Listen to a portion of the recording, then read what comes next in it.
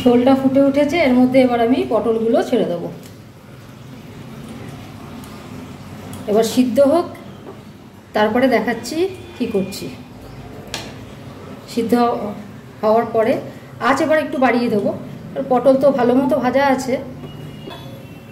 পরে আমি মিডিয়াম করে দিচ্ছি, এখন আমি আঁচটা মিডিয়াম করে দিচ্ছি। ব্যাস, মিডিয়াম আছে, আমি 5 মিনিট মতো ফোটাবো, তারপরে ফিরে আসছি। আমি এখন 4টে পটল নিয়েছি, পটল দিয়ে একটা রেসিপি বানাবো। এই 4টে দিয়ে, এই 4টে পটলই এখন আমি অর্ধেক করে কেটে নিচ্ছি। তারপরে আমি কড়া ওদিকে বসিয়ে দিয়েছি, কড়াতে সর্ষের তেল দিচ্ছি। এইভাবে তেরছা করে আমি কেটে নিয়েছি, হলো এরকমভাবে। এই যে এইভাবে যার যেরকম ইচ্ছা 2 টুকরো জাস্ট এইভাবে কাটতে পারেন, তো আমি এইভাবে দিলাম আর কি। এবার কড়াতে তেল গরম করে দিয়েছি, তেলে এবার ছাড়ছি। তেল গরম হয়ে গেছে, এবার আমি পটলগুলো ছেড়ে দিচ্ছি। আঁচ কমিয়ে রেখেছি।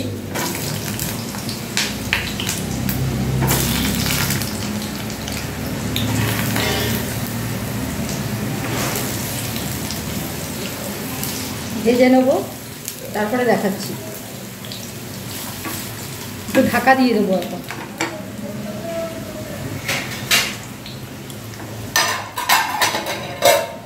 ঢাকা দিয়ে দিলাম। পটল আমার ভাজা হয়ে গেছে, এবার এগুলো আমি তুলে নিচ্ছি।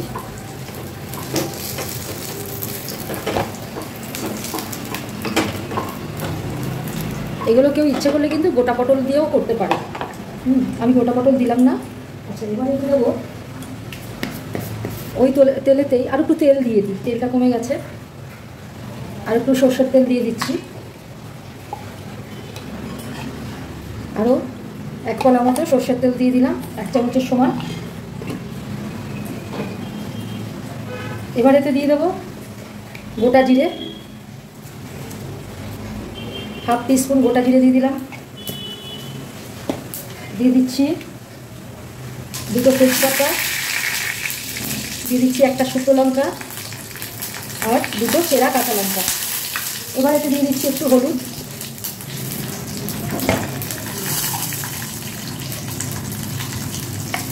1/4 চামচ, 1/4 টিস্পুন হলুদ দিয়ে দিলাম।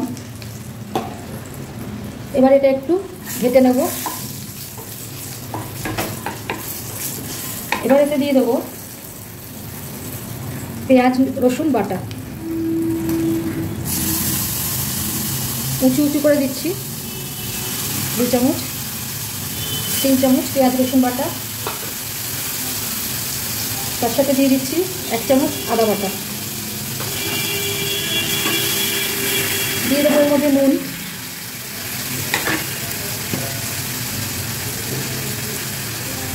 1 চামচ নুন দিলাম। এটা অল্প নুনই এখন দেবো, আর একটু সামান্য নুন দিলাম, মানে 1 চামচ টিস্পুন আর কি, 3/4 টিস্পুন নুন। এবার এতে দেবো 1 চামচ জিরে গুঁড়ো, আর দিয়ে দিচ্ছি 1/2 চামচ ধনে গুঁড়ো। এবার এগুলোকে কষিয়ে নেবো ভালো করে।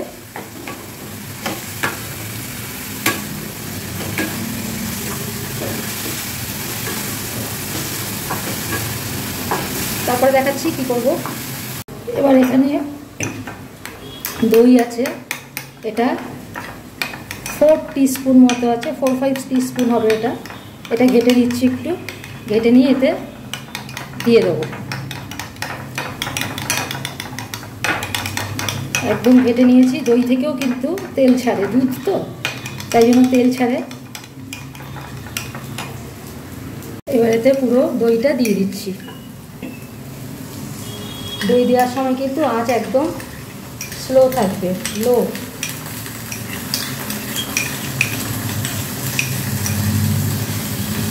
দইয়ের বাটি ধোয়া জলটাও দিয়ে দেবো।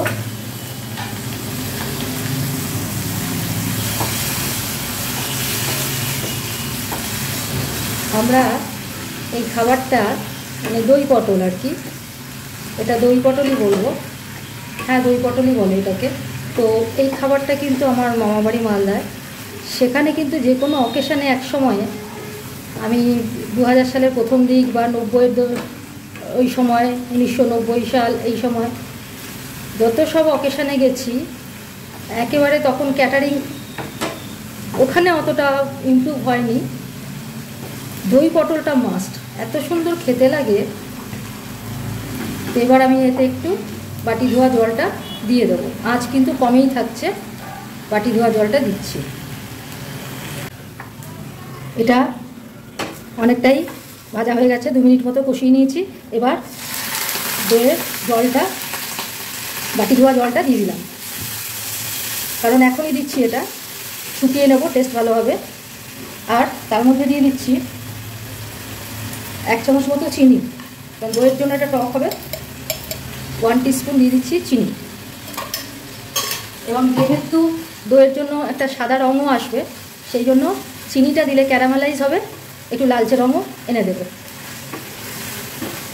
আর দইটা তো আর বেশি ভাজার দরকার নেই, কারণ আমার এটা ভাজা হয়ে গেছে। এবার আমি এতে জল মেশাবো, জল ঢেলে দিচ্ছি।